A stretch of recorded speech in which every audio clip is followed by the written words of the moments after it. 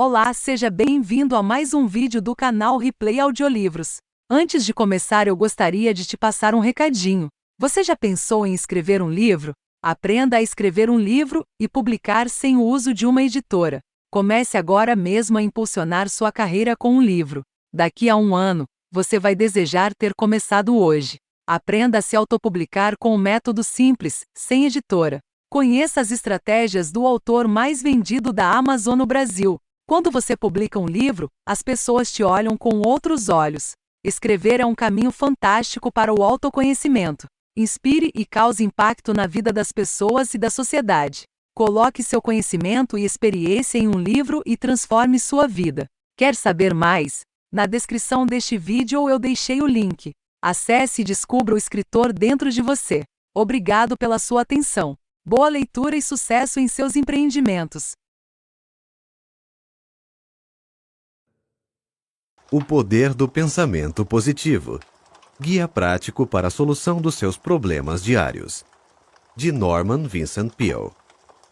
Livro original da editora Cultrix. Introdução. A finalidade deste livro é sugerir normas e dar exemplos que demonstrem não haver necessidade de você se deixar vencer por coisa alguma, podendo assim manter paz de espírito, melhor saúde e constante fluxo de energia. Em resumo, você poderá levar uma vida feliz e satisfeita.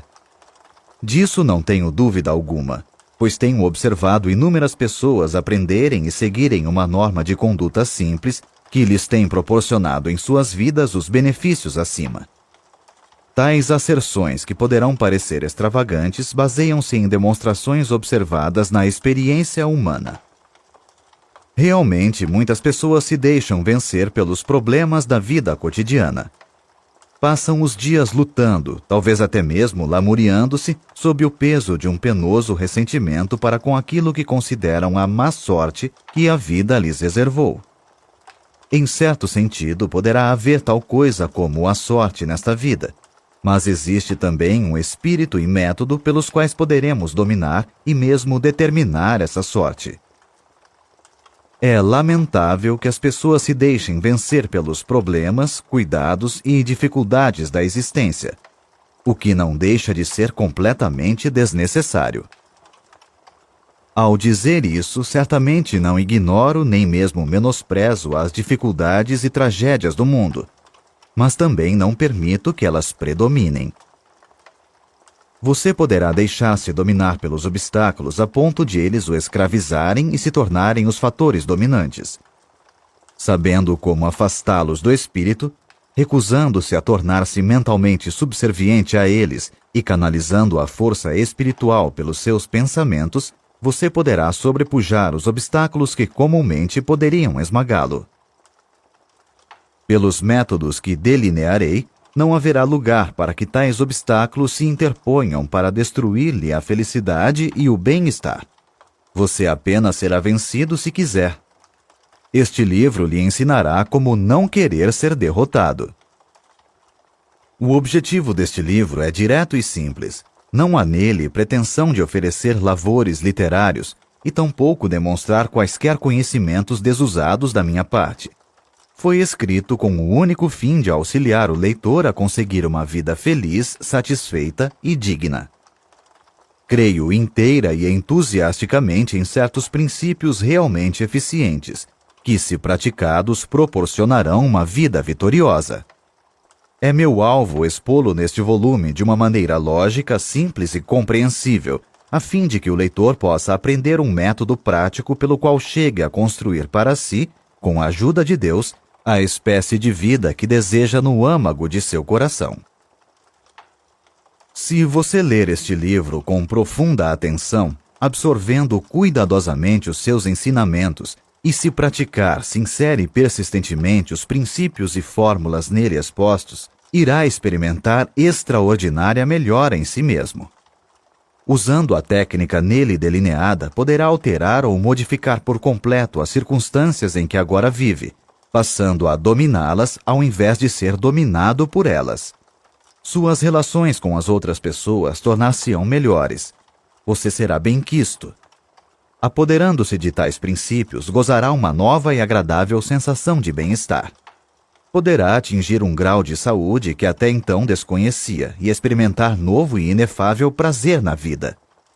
Tornar-se-á uma pessoa mais útil e verá expandir a força de sua influência.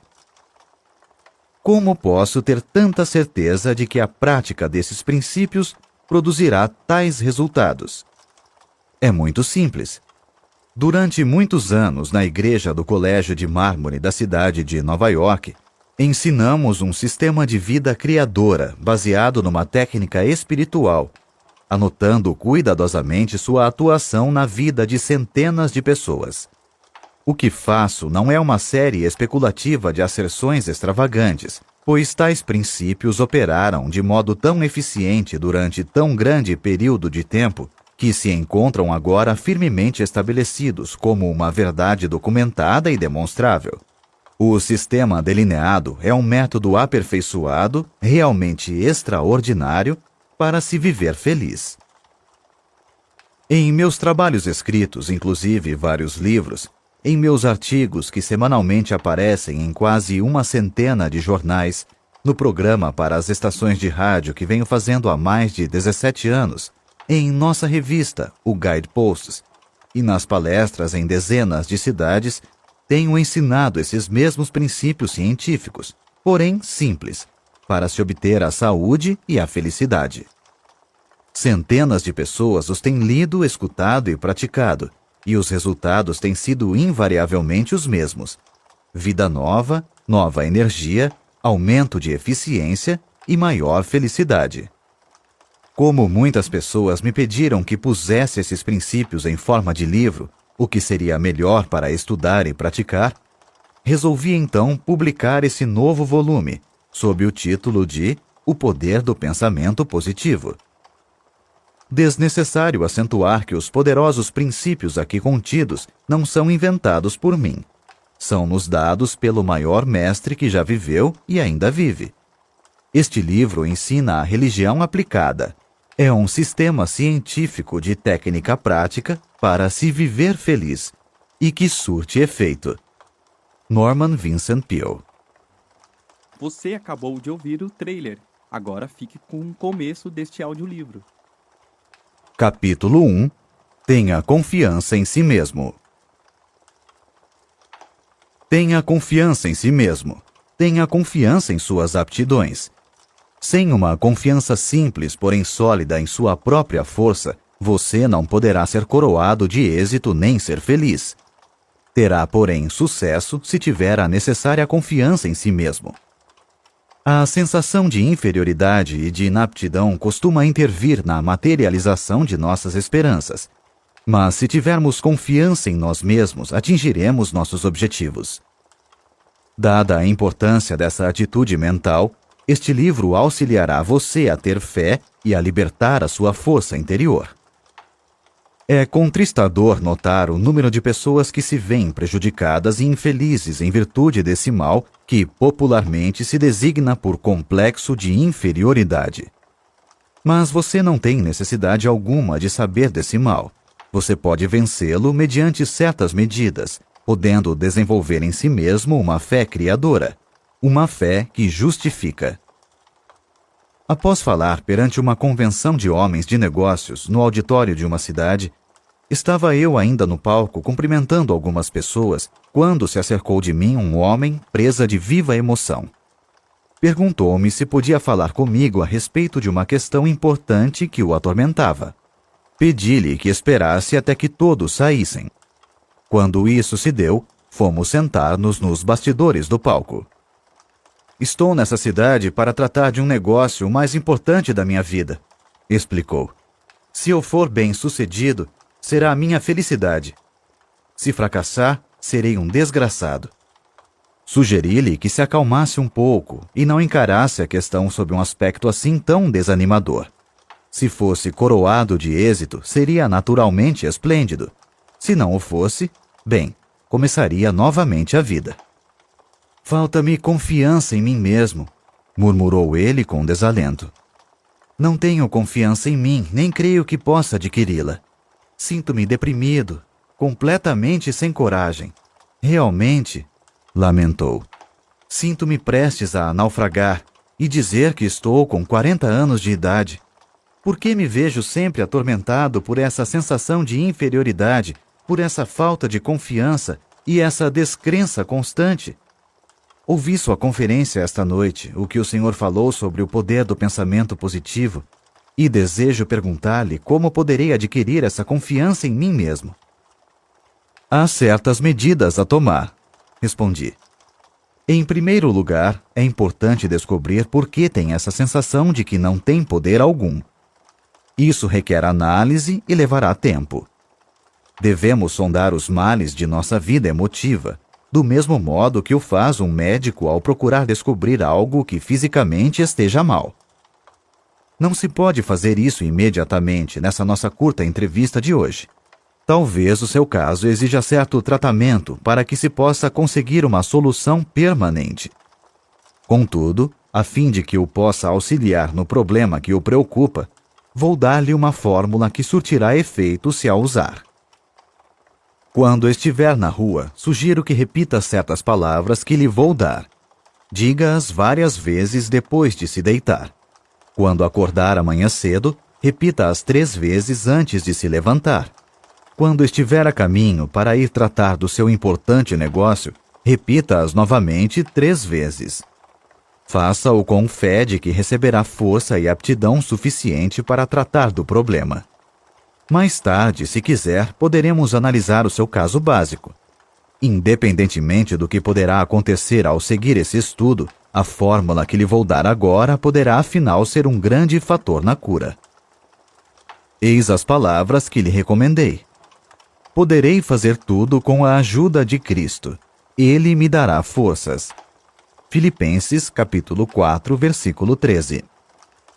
Como o desconhecido não estava familiarizado com essas palavras, escrevi-as num cartão e mandei que as lesse 3 vezes em voz alta. Agora siga esse conselho. Tenho certeza de que tudo correrá bem. Ele se animou e quedou-se um momento em silêncio. Disse depois, muito comovido: Está bem, doutor. Vi-o empertigar-se e mergulhar nas sombras da noite. Sua figura, a princípio desconsolada, parecia demonstrar agora, na maneira pela qual saiu, que a fé já estava operando no seu espírito. Comunicou-me posteriormente que aquela fórmula simples lhe fizera maravilhas, e acrescentou: Parece incrível que umas poucas palavras da Bíblia possam fazer tanto bem a uma pessoa. Esse homem mandou fazer tempos depois um estudo das razões de suas atitudes de inferioridade, as quais foram eliminadas por meio de conselhos de ordem científica e observância de fé religiosa. Aprendeu a ter fé. Recebeu certas instruções específicas que deveria seguir. Essas serão dadas mais adiante neste capítulo. Adquiriu gradativamente uma forte, firme e razoável confiança. Não cessa de proclamar sua grande surpresa ao ver como as coisas lhe correm bem agora.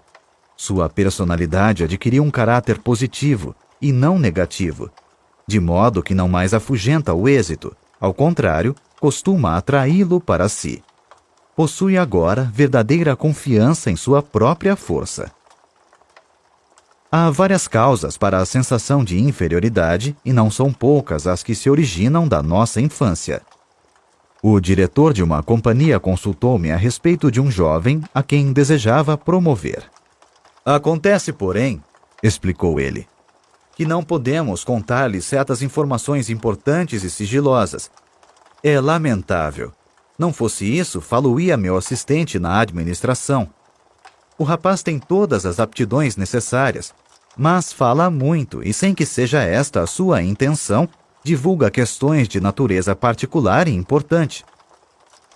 Tendo feito uma análise, descobri que o jovem falava muito simplesmente devido a uma sensação de inferioridade, e para compensá-la, sucumbia à tentação de alardear o que sabia. Ligara-se a homens mais ou menos bem instalados na vida, que haviam cursado universidades e faziam parte de associações. Ele, no entanto, havia sido criado na pobreza, Não cursara uma universidade e não era membro de associação alguma. Sentia-se assim inferior aos companheiros tanto em cultura como em posição social. Para fazer figura no meio deles e realçar seu amor próprio, seu subconsciente, que sempre procurava prover o mecanismo que compensasse, fornecia-lhe os meios para elevar o seu eu. Sabia o que se passava na alta esfera da indústria e acompanhava o chefe a conferências, onde encontrava homens preeminentes e ouvia importantes conversações de caráter particular. Relatava aos companheiros boa parte das informações que não deviam transpirar, com o propósito de fazer com que eles o admirassem e invejassem. Isso servia para aumentar o seu amor próprio e satisfazer seu desejo de ser reconhecido como um grande elemento.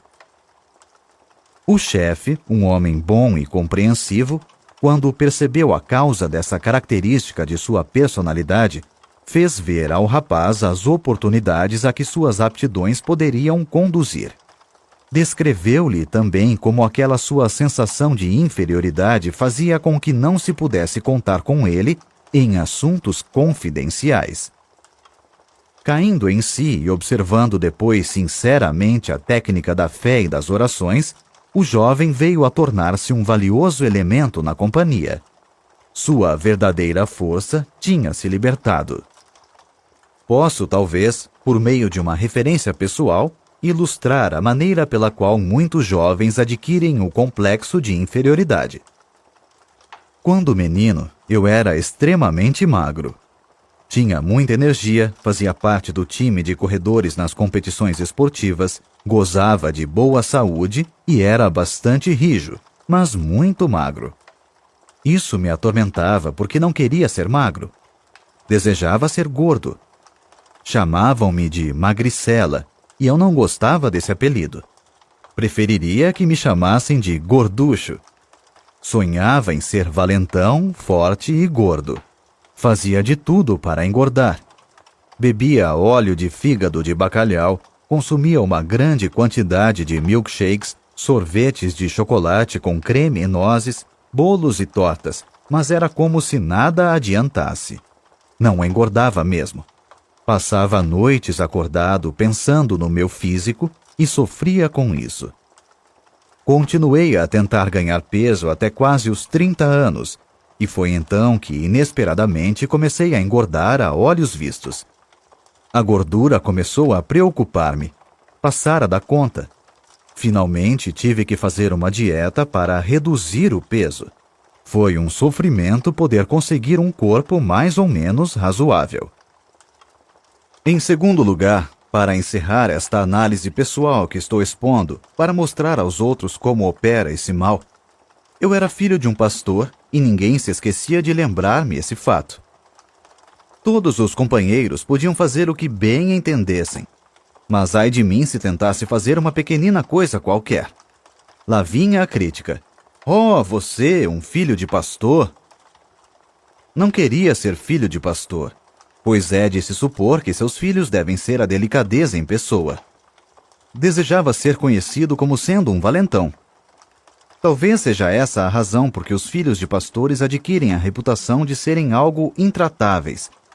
Revoltam-se contra o fato de terem que empunhar sempre a bandeira da igreja. Jurei que uma coisa jamais faria: a de tornar-me pastor. Acontece que eu descendia de uma família cujos membros, na sua totalidade, eram artistas e gostavam de fazer discursos, uma coisa de que eu absolutamente não queria ouvir falar. Costumavam fazer levantar-me em público para discursar, e nessas ocasiões eu quase morria de medo. Ficava mesmo apavorado. Isso faz muitos anos. De quando em quando sinto ainda algo daquela desagradável sensação de outrora, quando subo a uma tribuna para falar em público. Tinha que empregar todos os recursos conhecidos para despertar a confiança na força que, porventura, Deus me dera. Encontrei a solução do problema nas normas simples da fé que a Bíblia nos ensina. São princípios científicos e bons que podem curar qualquer pessoa do doloroso complexo de inferioridade. Empregando-os, a pessoa que sofre desse mal poderá descobrir e libertar a sua força interior, inibida em virtude de uma sensação de deficiência. Tais são algumas das origens do complexo de inferioridade que criam fortes barreiras em nossa personalidade. Ele advém de alguma emoção violenta em nossa infância, ou das consequências de certas circunstâncias ou de algo que fizemos a nós mesmos. É um mal que, da névoa do passado, surge nos recessos sombrios de nossa personalidade. Talvez você tenha um irmão que foi um brilhante estudante. Ele tirava as primeiras notas na escola e você as notas baixas, e isso durante todo o tempo do curso. Você acreditou que jamais alcançaria o mesmo êxito que estava reservado a seu irmão. Ele obtinha notas altas e você notas baixas. Isso fazia você pensar que nunca poderia melhorar sua situação. Aparentemente, não lhe passava pelo espírito que algumas das pessoas que não haviam tirado boas notas na escola eram justamente aquelas que tinham tido maior êxito na vida. O simples fato de alguém tirar notas brilhantes no colégio não quer dizer que esteja fadado a ser o homem mais importante do país, pois é bem possível que essas notas brilhantes cessem ao receber ele o diploma, e que a pessoa que teve notas baixas venha a receber depois, na vida, as verdadeiras notas altas. O segredo para eliminar o complexo de inferioridade, que é outro termo para a completa falta de confiança em si mesmo, está em impregnar o espírito de uma grande fé. Desenvolva sua fé em Deus, e isso o fará ter absoluta confiança em si mesmo. Consegue-se uma formidável confiança em si mesmo por meio de orações, lendo e absorvendo mentalmente a Bíblia e praticando as suas normas. Tratarei em outro capítulo das formas específicas de orações, mas desejo acentuar aqui que é de natureza particular a espécie de orações que produzem a fé necessária para eliminar o complexo de inferioridade. Orações superficiais, formalísticas e rotineiras não são suficientemente poderosas. Perguntaram a uma excelente senhora negra, cozinheira de uns amigos que tenho no Texas, como conseguiria vencer as suas dificuldades. Ela respondeu que os pequenos problemas podiam ser resolvidos por meio de orações comuns, mas que quando havia um problema muito grave, tornava-se então necessário muitas orações. Um dos meus mais interessantes amigos foi o finado Harlow B. Andrews, de Siracusa, Nova York. Um dos melhores homens de negócios e um dos mais competentes peritos espirituais que até então conheci. Declarou ele que o mal da maioria das orações está no fato de não serem cumpridas. Aprenda a fazer orações cumpridas para que possa, com fé, chegar a um resultado. Deus avaliará a pessoa de acordo com a magnitude de suas orações. Sem dúvida, ele tinha razão, pois dizem as Escrituras: de acordo com a tua fé é que receberás. Mateus capítulo 9, versículo 29. Portanto, quanto maior o problema, tanto maior a oração. O cantor Roland Hayes citou-me uma frase do avô, um homem que não teve a educação que o neto recebeu, porém, cuja sabedoria natural era evidentemente sólida. O mal de muitas orações é de não virem do fundo do coração. Aprofunde-se em suas dúvidas, temores e inferioridades.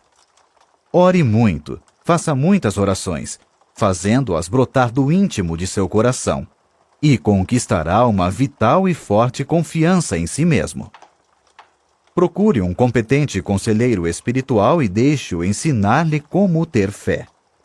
A capacidade de possuir e utilizar a fé e de conseguir a libertação da força que ela proporciona é uma habilidade que, como qualquer outra, deve ser estudada e praticada, a fim de se chegar à perfeição.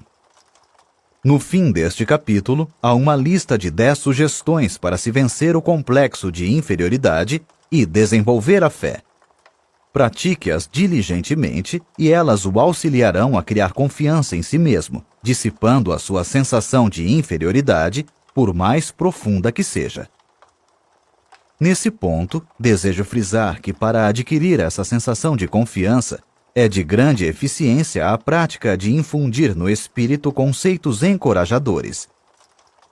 Se o seu espírito ficar obcecado por ideias de insegurança e inaptidões, será isso naturalmente devido ao fato de as ter deixado dominar-lhe o pensamento durante um longo período de tempo. É preciso que dê ao espírito outra qualidade de ideias mais positivas, o que conseguirá com repetidas sugestões de pensamentos estimuladores. Nas árduas atividades da vida cotidiana é preciso disciplinar o pensamento se se quer educar novamente o espírito e fazê-lo um gerador de energias.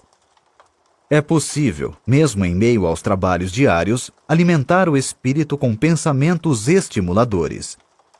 Permita-me, leitor, que lhe fale sobre um homem que assim procedia, utilizando-se de um método característico.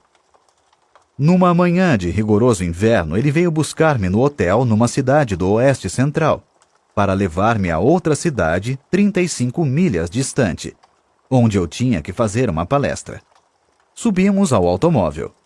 Ele passou logo a imprimir certa velocidade ao carro, o que achei algo inconveniente, pois a estrada estava escorregadia. Lembrei-lhe de que dispunhamos de bastante tempo e sugeri que moderasse a marcha. "Não se preocupe quando eu estiver guiando", respondeu ele. Eu mesmo costumava sentir muita insegurança, mas acabei dominando-me. Tinha medo de tudo, de andar de automóvel e de avião. Quando alguma pessoa de minha família fazia uma viagem, ficava preocupado até que regressasse. Vivia sempre com a sensação de que ia acontecer alguma coisa, e isso me tornava a vida um sofrimento. Vivia dominado por esse complexo. Não tinha confiança em mim. Esse estado de espírito refletiu-se em meus negócios. As coisas não me corriam muito bem. Mas descobri um plano maravilhoso que me eliminou toda aquela sensação de insegurança. Hoje em dia, tenho confiança em mim e na vida. Era este o plano maravilhoso. Ele apontou para 2 clipes fixados no painel do carro, logo abaixo do para-brisa, e depois tirou do porta-luvas um maço de cartões. Escolheu um e colocou-o debaixo do clipe. Lia-se no cartão: "Se tens fé, nada será impossível." Mateus, capítulo 17, versículo 20. Tirou o cartão e embaralhou com uma só mão os outros cartões, enquanto guiava com a outra. Pegou um ao acaso e colocou-o debaixo do clipe. Dizia o segundo cartão: "Se Deus estiver conosco, quem irá poder estar contra nós?" Romanos, capítulo 8, versículo 31. "Sou caixeiro viajante", explicou ele. "Ando o dia todo de automóvel visitando a freguesia. Descobri que, quando a gente está guiando, toda sorte de pensamentos nos assalta o espírito. Se a qualidade do pensamento é negativa, passa-se o dia todo com ideias negativas, o que é ruim. Era o que acontecia comigo. Quando no automóvel, entre uma visita e outra, costumava pensar coisas pessimistas, sempre com a impressão do medo. E, a propósito, essa era uma das razões por que minhas vendas estavam decrescendo. Mas depois que comecei a usar esses cartões e a decorar suas frases enquanto guio, aprendi a pensar diferentemente. Aquela sensação antiga de insegurança que não me largava desapareceu, por assim dizer. Ao invés de pensar agora em coisas pessimistas, penso em coisas otimistas e encho-me de coragem. É realmente maravilhosa a transformação que esse método operou em mim. Auxilia-me nos negócios também. De fato, como pode uma pessoa esperar fazer uma venda se vai à casa do freguês com a ideia de que não conseguirá vender-lhe coisa alguma? Esse plano usado pelo meu amigo é muito sábio. Imbuindo o espírito com a afirmativa de que Deus está presente e o auxiliará, modificou realmente o processo de seus pensamentos. Deu paradeiro àquela sensação de insegurança que havia muito o dominava.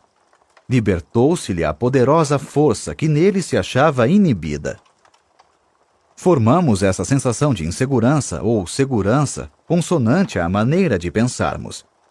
Se em nossos pensamentos ficamos sempre na expectativa de horríveis acontecimentos, resultará que ficaremos constantemente presa de uma sensação de insegurança.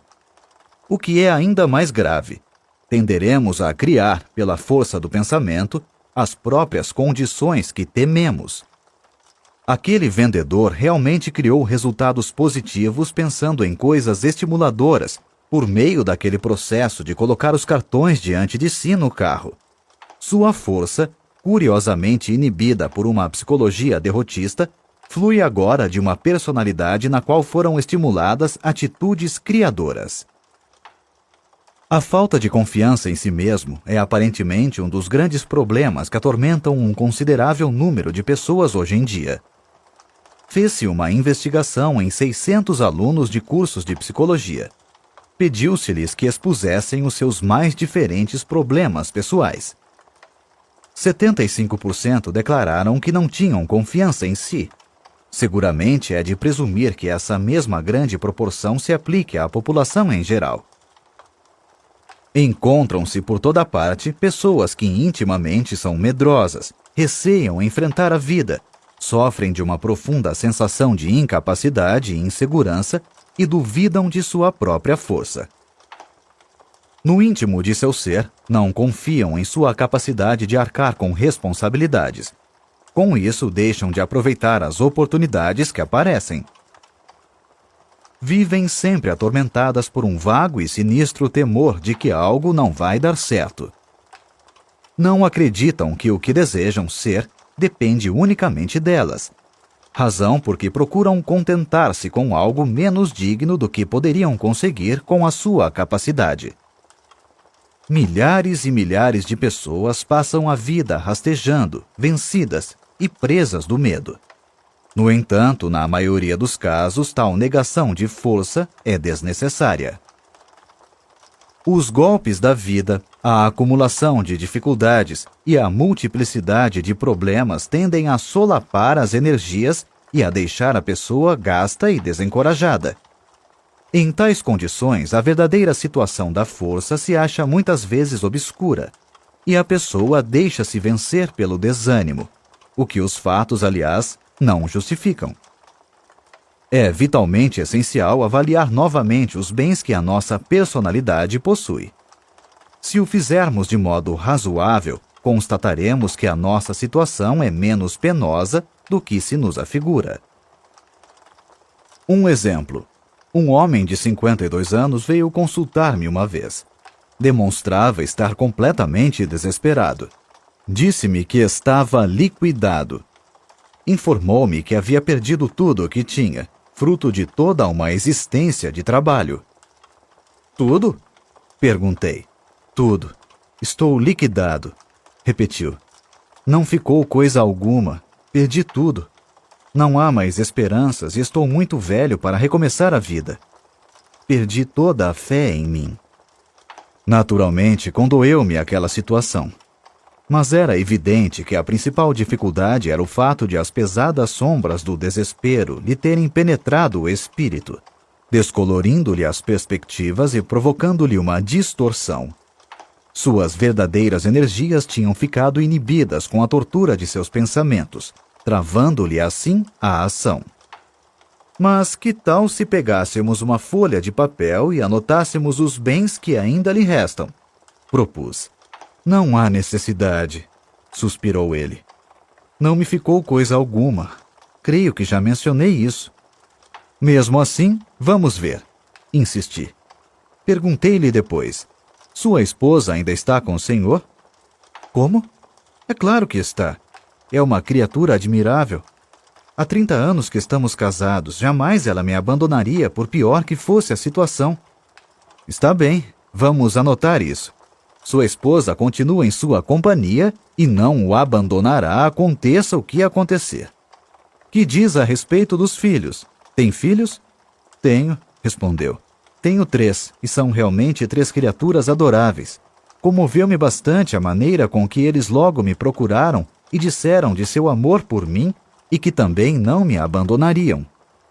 Bem, aí temos o item número 2. 3 filhos que o amam e não o abandonarão.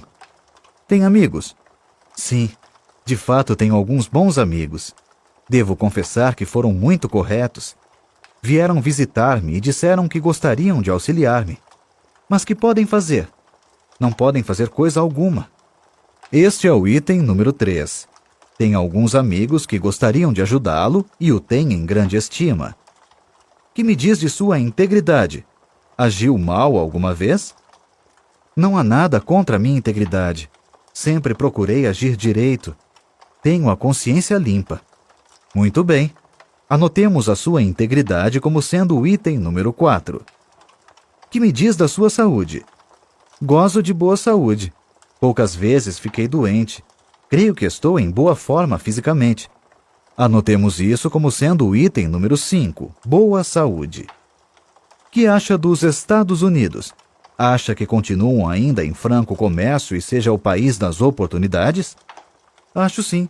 É o único país no mundo em que eu gostaria de viver.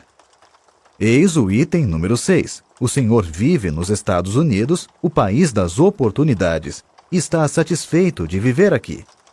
Indaguei depois. E o que me diz de sua fé religiosa? Crê em Deus e crê que Ele o auxiliará? Sim. Não creio que teria suportado tudo isso se não tivesse alguma ajuda de Deus. Agora, vamos ver a relação dos bens anotados. 1. Uma esposa maravilhosa, casado há 30 anos. 2. 3 filhos devotados que não o abandonarão. 3. Amigos que o querem ajudar e que o têm em grande estima. 4. Integridade. Nada fez que o possa envergonhar. 5. Boa saúde. 6. Vive nos Estados Unidos, o maior país do mundo. 7. Tem fé religiosa. Mostrei-lhe na mesa a folha de papel. Olhe isso. Acho que possui tantos bens. Julgara pelo que me dissera tivesse perdido tudo. Ele sorriu meio envergonhado. De fato, não pensei nessas coisas, disse. Isso não me passou pela cabeça. Talvez a situação não seja realmente tão má, declarou pensativamente. Quem sabe?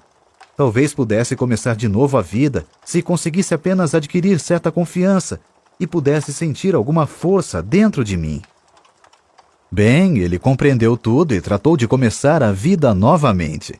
Conseguiu fazê-lo somente depois de ter modificado seu ponto de vista e sua atitude mental.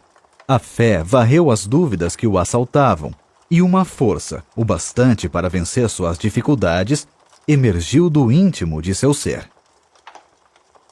Esse incidente ilustra uma profunda verdade expressa num documento muito importante do célebre psiquiatra Dr. Karl Menninger. Disse ele: as atitudes são mais importantes que os fatos. Vale a pena repetirmos essa frase para que possamos aurir a verdade que ela encerra. Qualquer fato que enfrentarmos, por mais penoso que seja, mesmo que pareça irremediável, não será tão importante como a nossa atitude para com ele. Da maneira como julgamos um fato é que poderemos ser derrotados antes que possamos tomar qualquer medida com relação a ele. Poderemos talvez permitir que o fato nos esmague mentalmente antes que comecemos a tratar realmente dele. Por outro lado, a observância de pensamentos otimistas e animadores pode modificar ou dominar inteiramente o fato. Conheço um homem que é muito valioso para a sua companhia, não por causa de qualquer habilidade extraordinária, porém, por causa do fato de ele sempre demonstrar ser possuidor de um espírito animador. Quando seus companheiros encaram com pessimismo certo problema, ele logo empresta um método a que deu o nome de o método aspirador de pó. Isto é, por meio de uma série de perguntas, ele aspira o pó do espírito de seus companheiros. Arranca-lhes as atitudes negativas. Depois, muito serenamente, sugere-lhes ideias positivas com relação ao problema, infundindo-lhes novas atitudes, as quais lhes dão nova concepção dos fatos. Muitas vezes os companheiros comentavam os problemas, os quais lhes pareciam diferentes quando esse homem começava a operar sobre eles. É a atitude de confiança que cria a diferença, e ela não elimina a objetividade na avaliação dos fatos. A vítima do complexo de inferioridade vê os fatos através de atitudes que lhe são prejudiciais. O segredo para corrigir-se está simplesmente em adquirir uma visão normal que se incline para o lado positivo. Se você, leitor, se julga vencido e perdeu a confiança em sua capacidade de vencer, sente-se, pegue uma folha de papel e faça uma lista, não dos fatores que lhe são adversos, mas dos que tenha a seu favor. Se pensarmos constantemente nas forças que parecem estar contra nós, acabaremos transformando-as numa verdadeira força, o que, aliás, não se justifica. Elas tomarão uma consistência que na realidade não possuem. Mas se, ao contrário, encararmos mentalmente os nossos valores e os pesarmos e fixarmos neles os nossos pensamentos, realçando-os ao máximo, conseguiremos libertar-nos de nossas dificuldades, independentemente do que possam ser. As nossas forças interiores começarão a firmar-se e, com o auxílio de Deus, tirar-nos-ão da derrota para nos conduzir à vitória. Uma das mais poderosas concepções, que é seguramente a cura para a falta de confiança, é o pensamento de que Deus está realmente ao nosso lado, ajudando-nos. Este é um dos mais simples ensinamentos da religião. Deus Todo-Poderoso será nosso companheiro, não nos abandonará e auxiliar-nos-á até o fim.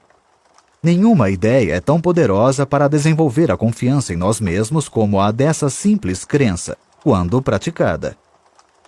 Para praticá-la, basta afirmar: Deus está me ajudando. Deus está me guiando. Leitor amigo, despenda alguns minutos imaginando sua presença. Repita depois essa afirmação com fé. Trate de seus afazeres com a ideia de que aquilo que você afirmou e imaginou é verdade. Faça essa afirmação, imagine a sua presença, tenha fé e será senhor de si. A libertação das forças que esse processo estimula o surpreenderá. A sensação de confiança depende do tipo de pensamentos que habitualmente ocupa seu espírito. Pense no fracasso e pode estar certo de que se sentirá fracassado. Pratique, porém, pensamentos estimuladores. Faça disso um hábito dominante e acabará desenvolvendo uma forte sensação de capacidade que o habilitará a vencer quaisquer dificuldades. Realmente, a sensação de confiança aumenta a nossa força. Basil King disse certa vez: seja ousado, que forças poderosas virão em seu auxílio. A experiência prova a verdade desse conceito. Você sentirá que essas forças poderosas o estão auxiliando à medida que a sua crescente fé vai modificando suas atitudes. Emerson declarou uma grande verdade: somente vencem aqueles que acreditam poder vencer. E acrescentou: faça aquilo que você possa temer, que o temor desaparecerá. Tenha sempre confiança e fé que seus temores e sensação de insegurança logo deixarão de exercer qualquer domínio sobre você. Uma vez, quando Stonewall Jackson preparava um ousado ataque, um de seus generais receoso fez objeções, dizendo que temia isso ou aquilo, etc.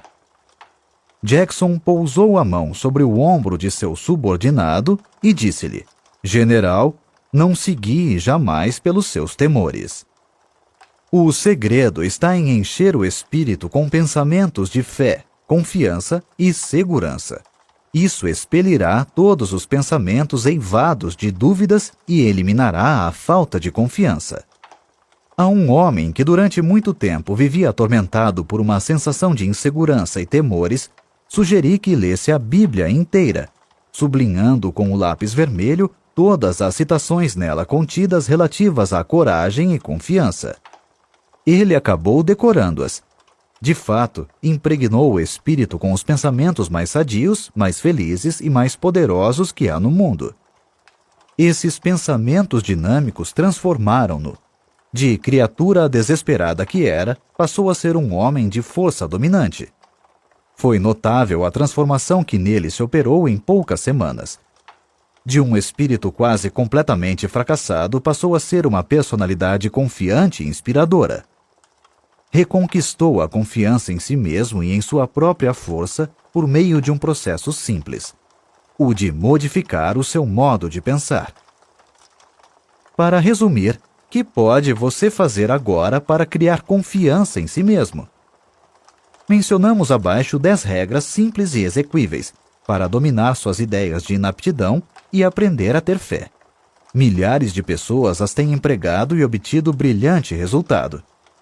Comece a seguir esse programa que irá também criar essa confiança em si mesmo e em sua própria força.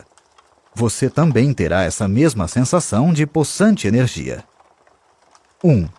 Formule e grave indelevelmente em seu espírito um quadro mental de si mesmo como sendo coroado de êxito em tudo. Mantenha sempre esse quadro no espírito. Não permita que desapareça.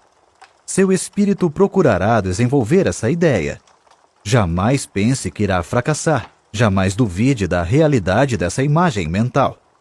Seria perigosíssimo, pois o espírito sempre procura realizar aquilo que se imagina. Por conseguinte, imagine sempre o sucesso, por piores que as coisas lhe possam parecer no momento. 2. Toda vez que um pensamento negativo relacionado à sua força pessoal lhe assaltar o espírito, exprima deliberadamente um pensamento positivo para eliminá-lo. 3. Não crie obstáculos em sua imaginação. Deprecie todos esses pseudo-obstáculos. Reduza-os ao mínimo. As dificuldades devem ser estudadas e tratadas de maneira eficiente a fim de serem eliminadas. Devem ser encaradas apenas como se apresentam. Não devem ser ampliadas por pensamentos pessimistas. 4. Não se deixe atemorizar por outras pessoas. Procure imitá-las. Ninguém pode ter a sua eficiência. Lembre-se também que a maioria das pessoas, não obstante mostrar confiança em si, sente-se muitas vezes tão receosa e tão hesitante quanto você. 5. Repita 10 vezes ao dia estas palavras dinâmicas. Se Deus estiver conosco, quem irá poder estar contra nós? Romanos 8:31. Suspenda aqui a leitura e repita-as agora, lentamente e com confiança. 6. Arranje um competente conselheiro para ajudá-lo a compreender a razão de ser de seu modo de agir. Conheça a origem de sua sensação de inferioridade e indecisões, a qual muitas vezes tem muitas raízes na infância. O conhecimento de nós mesmos é um fator de cura. 7.